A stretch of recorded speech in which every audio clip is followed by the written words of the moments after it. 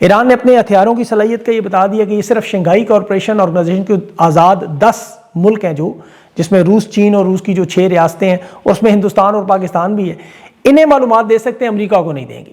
تو اب اس ساری صورتحال میں دیکھیں، جہاں ایران میں تو رجیم چینج نہیں ہو سکی، لیڈرشپ شہید ہوگی، لیکن امریکہ میں ٹرمپ کا ہٹنا، نیتن یاہو کا اسرائیل میں ہٹنا اب صاف نظر آ رہا ہے، اور دنیا کی نظر اس وقت ٹرمپ کے مڈ ٹرم الیکشن پر لگی ہوئی ہے جو نومبر میں ہے، اور ٹرمپ ان انتخابات کو کینسل کروانے کی کوشش کر رہا ہے۔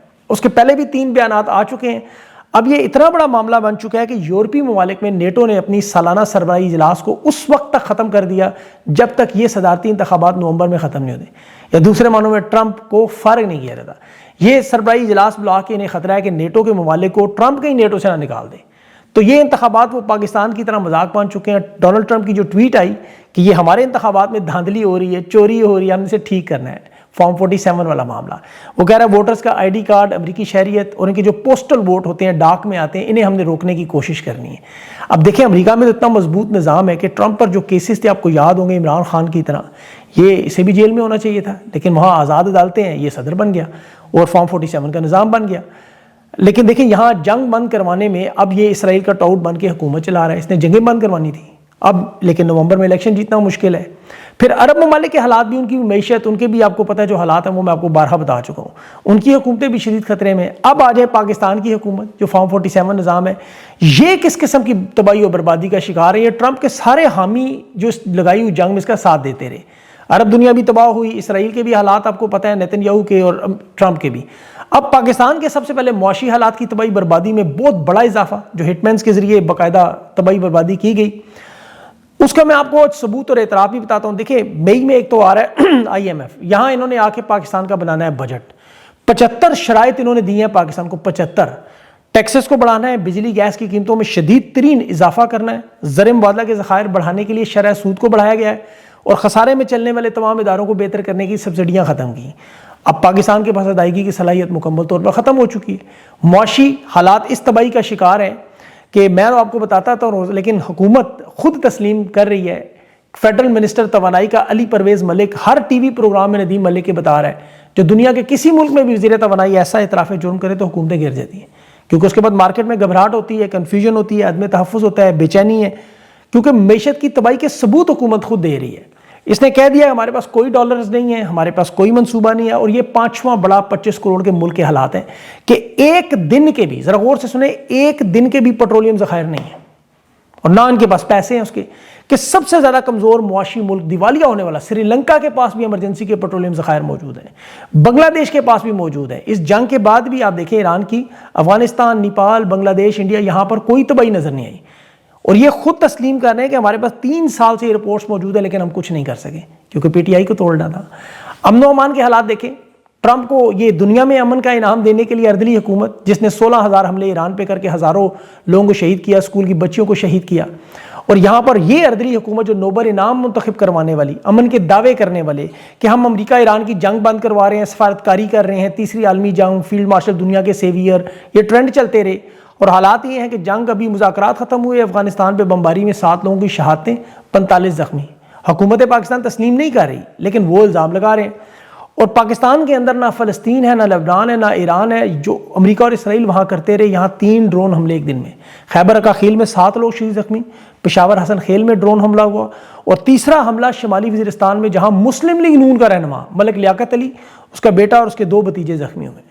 اب اندازہ کریں کہ وہاں دودھ پیتے معصوم بچے ڈرون سے حملے سے زخمی اور شہید ہو رہے ہیں، خون میں نہلائے۔ ایک بچے کی میں چیخو پکار اس کے باپ کی سن رہا تھا، وہ کہہ رہا تھا اس بچی کے منہ سے ابھی تک دودھ کی خوشبو آ رہی ہے، اسے خون میں نہلا دیا ظالموں نے۔ اور وہاں بھی حیات آباد ٹول پلازے پر احتجاجی دھرنا بھی دیا جا رہا ہے، جس میں وہ رکن اسمبلی اقبال افریدی بھی نظر آ رہے تھے۔ اب دیکھیں، ان حملوں کے بعد، ان چیزوں کے بعد حالات مزید بگڑیں گے یا بہتر ہوں گے؟ سیاسی عدم استحکام، جمہوری استحکام میں مزید تباہی ہوگی یا بہتری ہوگی؟ خیبر پختونخوا میں اب یہ سہیل افریدی، جو کہ تحریک انصاف کی احتجاج کی ریڑھ کی ہڈی سمجھے جاتے تھے، ان کی حکومت ہے، وزیر اعلیٰ ہیں، ایک تو ان کی پرسرار خاموشی نے پریشان کیا ہوا ہے۔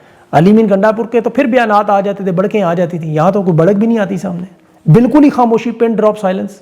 خیبر پختونخوا میں ڈرون حملے، پشاور میں وزیرستان سے معدنیات نکالی جا رہی، خیبر پختونخوا کی اسمبلی میں کوئی قانون نظر نہیں آتا بجٹ سرپلس سمیت، یہاں عمران خان کی ملاقاتیں بند، اور یہ کبھی چھوٹی عید، کبھی بڑی عید، کبھی رمضان، کبھی گرمی، کبھی سردی، کبھی محرم، انہیں تو عمران خان کے حالات کی خبریں اب میڈیا سے ملتی ہیں.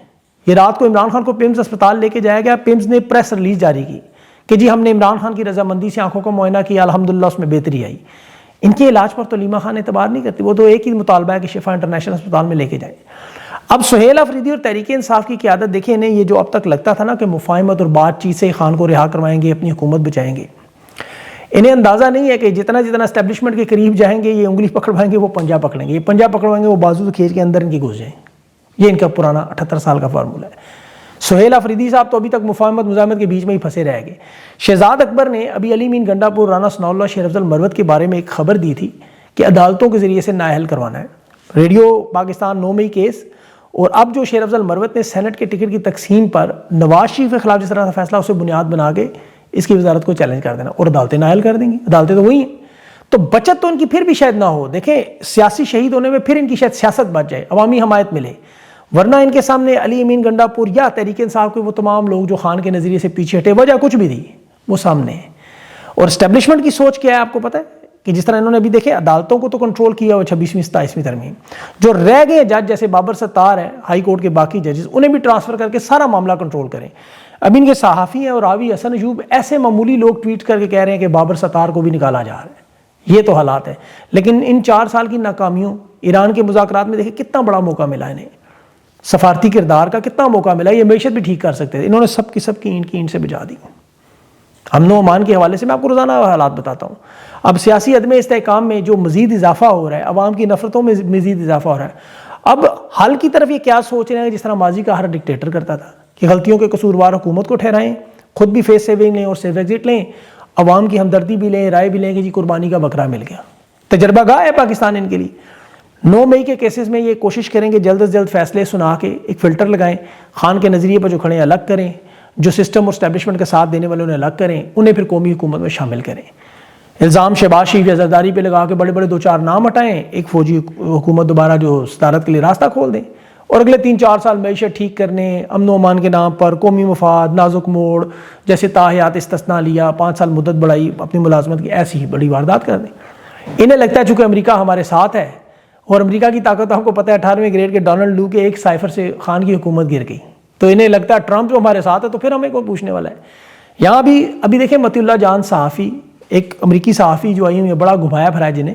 متی اللہ جان نے اپنے پیسوں سے پریس کلب میں ان حالات کی نشاندہی کی کہ دیکھیں صحافیوں کو اغوا کیا جا رہا ہے, تشدد کیا جا رہا ہے, گمشدہ کیا جا رہا ہے, انٹرنیشنل صحافی ہیں آپ لوگ اس پہ بات کریں. انہوں نے ناخوش ہو کے ٹویٹ کر دی, بدلے میں متی اللہ جان کو نوکری سے نکالے, رزق چھین لیا جیسے 45 پہلے صحافیوں.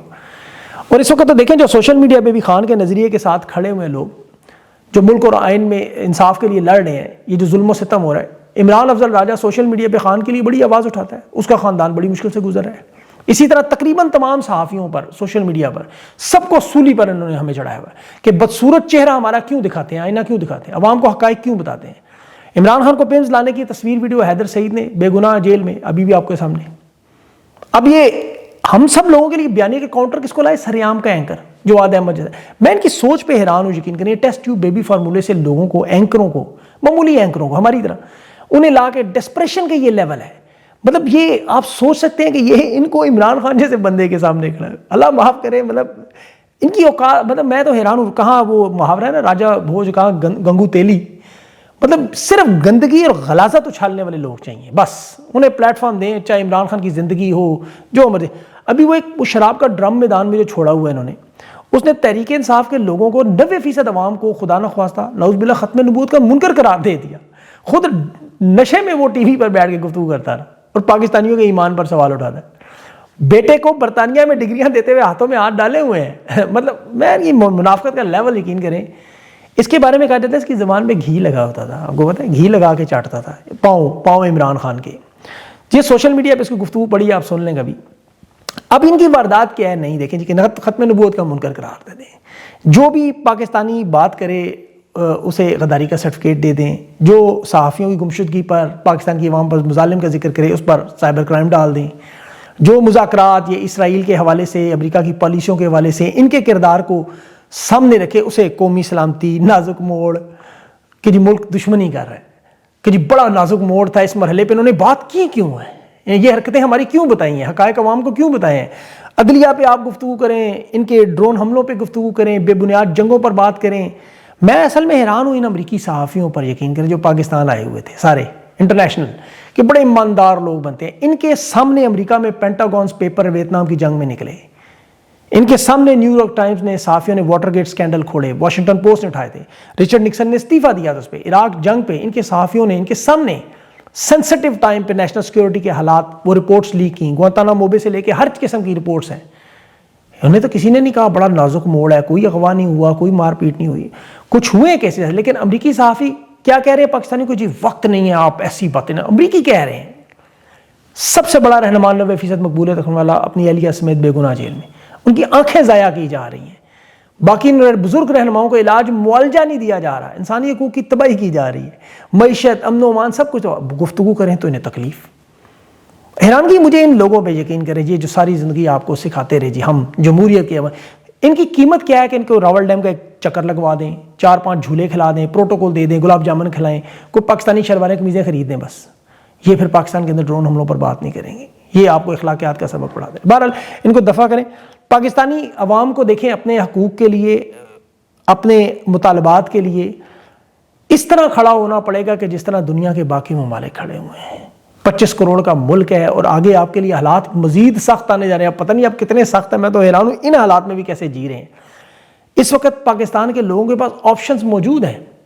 دنیا میں جس طرح باقی قومیں دیکھیں اپنے حقوق کے لیے کھڑے ہوتے ہیں، اس کا ضروری مقصد یہ نہیں کہ آپ صرف سڑکوں پر ہی نکل آئیں، آپ اپنے لیے آواز اٹھائیں. جو آواز اٹھا کر ساتھ دیں، آپ لوگوں کو ہمارا ساتھ دینا ہوگا. اس وقت ہم سب یہ 10-15 لوگ رہ گئے ہیں میدان میں جو آپ کے حقوق کے لیے لڑتے رہتے ہیں اور اس میں اپنا نقصان بھی کروائی جا رہے ہیں دھڑا دھڑ.